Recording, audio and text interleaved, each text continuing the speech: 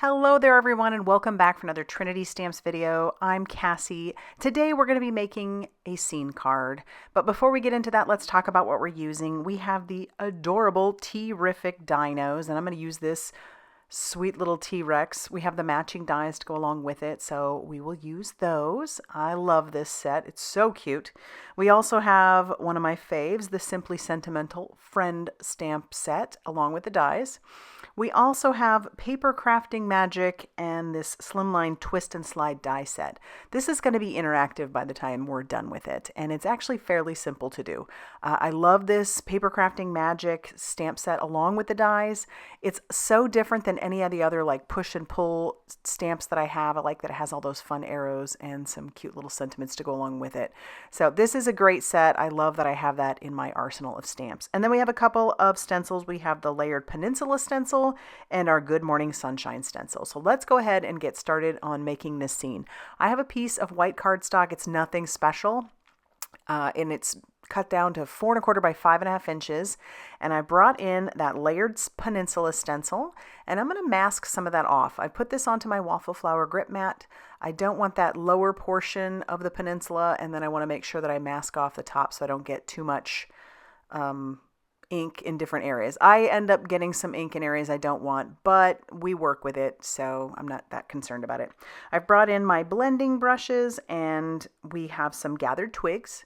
So that is the first ink that we're using, and then I'm going to bring in some of that ground espresso. I think that's the one I moved on to.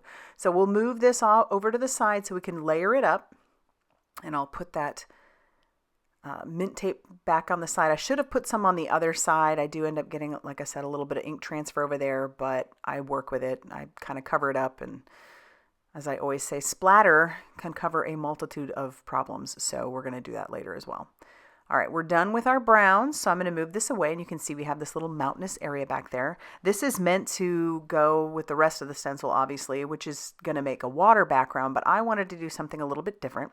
So I've brought in the mask, and we're going to push that down. I do have a little bit of pixie spray on that. That's why it's kind of sticking. And then I'm going to take this bit of the mint tape, and we're going to just tear that. Keep all the pieces. We're going to tear that. And then we're going to make our ground, which I'm going to bring in some greens for that. I'm going to bring in some peeled paint and some forest moss. So as you can tell, this paper isn't super great for blending. It will blend into the paper a little bit more. It'll absorb into the paper, but you can see where my blend lines are. And honestly, I'm okay with that, mostly because I'm trying to make a ground that has a little bit of texture. So I'm not as worried about things not looking like they're blended fully. And again, I'll bring in some of that forest moss, which is a little bit darker green, and I'll blend into that. In the end, everything, like I said, mixes in to the paper, kind of absorbs in, and it looks a whole lot better than it does right now. So just have patience when you're blending, especially on a piece of cardstock that isn't necessarily designed for that, which this is not. Like I said, this is nothing special. This is just some white cardstock I had in my stash, and I just wanted to share with you that it can be done. All right, so this is why I was talking about save that piece. I was struggling with like, wait, I need to mask off the ground. Which part do I use? And then it dawned on me. So I realized it.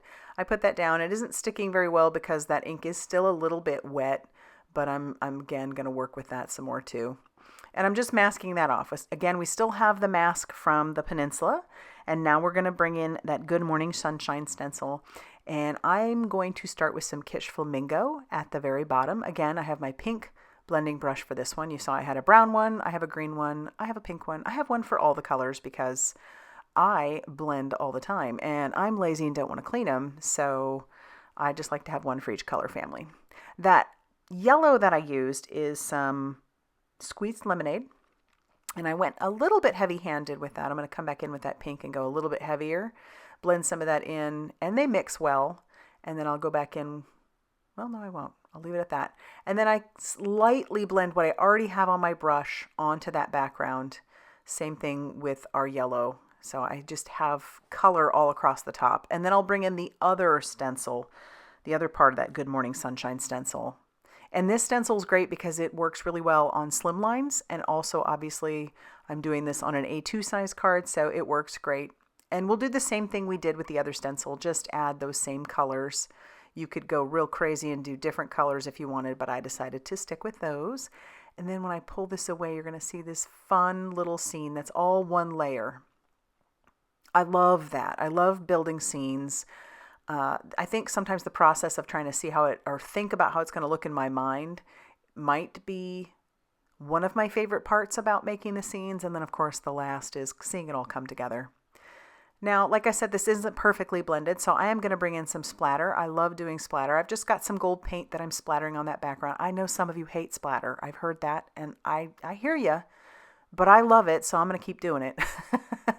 And I love how that looks. It's so cool. So we're going to set that off to the side to dry, and while we do, we'll stamp out our little image. Now, once again, I said I'm going to use that T-riffic Dinos, and I'm using the little T-Rex who has his little arm grip things to extend his arms. He's too darn cute. The moment I saw him, I knew I wanted to do something with him. So I stamped him out onto some Express It cardstock, and I stamped him with some blackout ink, which is perfect for alcohol marker coloring. I'm using my Olo markers. So I'm going to just add tiny bits of color. This is a smaller image, so I'm not worried about doing too much blending on him. More once I get to his main color, which is going to be some brown. So we're kind of going with a brown-orange look here. And then I'll bring in those browns. And I've basically stuck to that orange, the ORs. And this is just like an orange-brown, and it goes really well on him. So we'll color him up. And it's funny, I've been coloring for so many years with alcohol markers, just a variety of years. Like I can't even tell you how many, probably, I don't know, maybe since 2008. I'm not sure at this point, but it's always funny to me because I tend to go light to dark. And when I put that dark color down, it always looks terrible.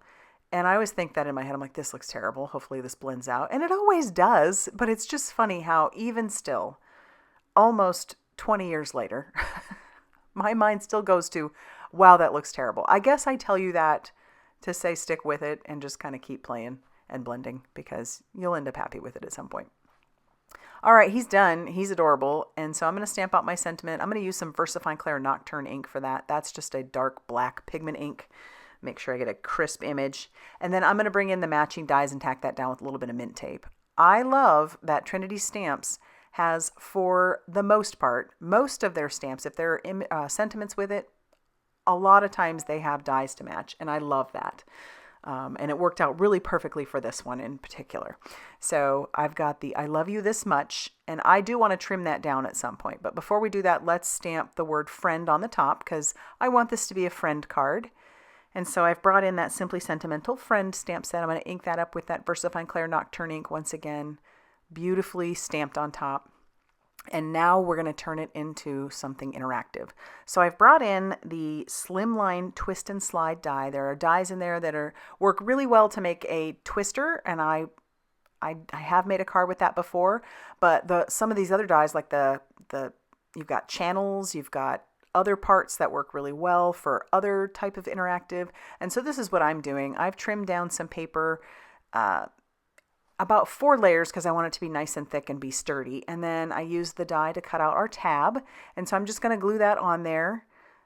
And this is going to be our tab. Part of our sentiment is going to go on that.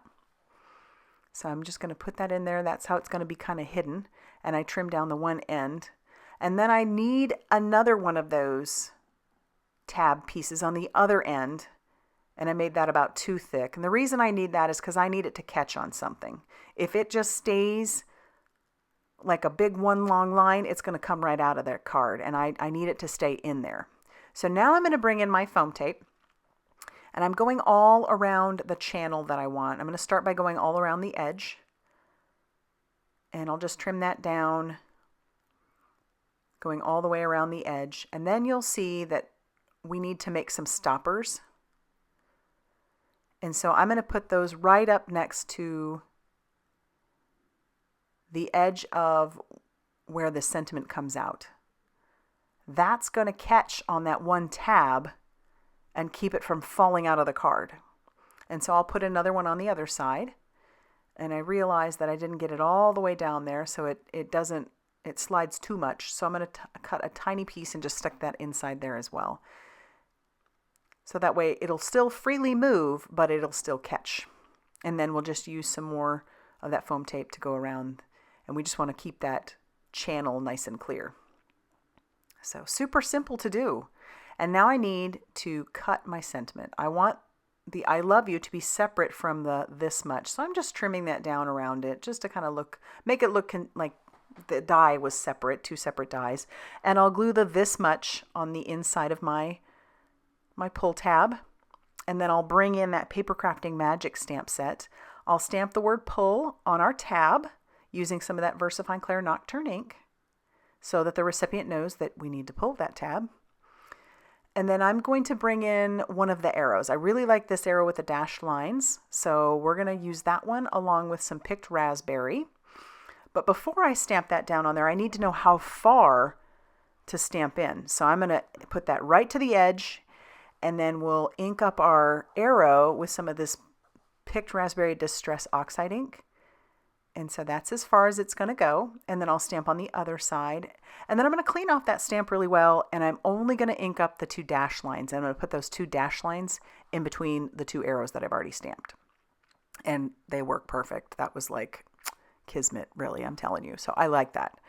And now we can peel off all that release paper. We can put our tab inside of the channel. I'm using an anti-static powder tool just on those edges to make sure everything still runs smoothly. And then I can put my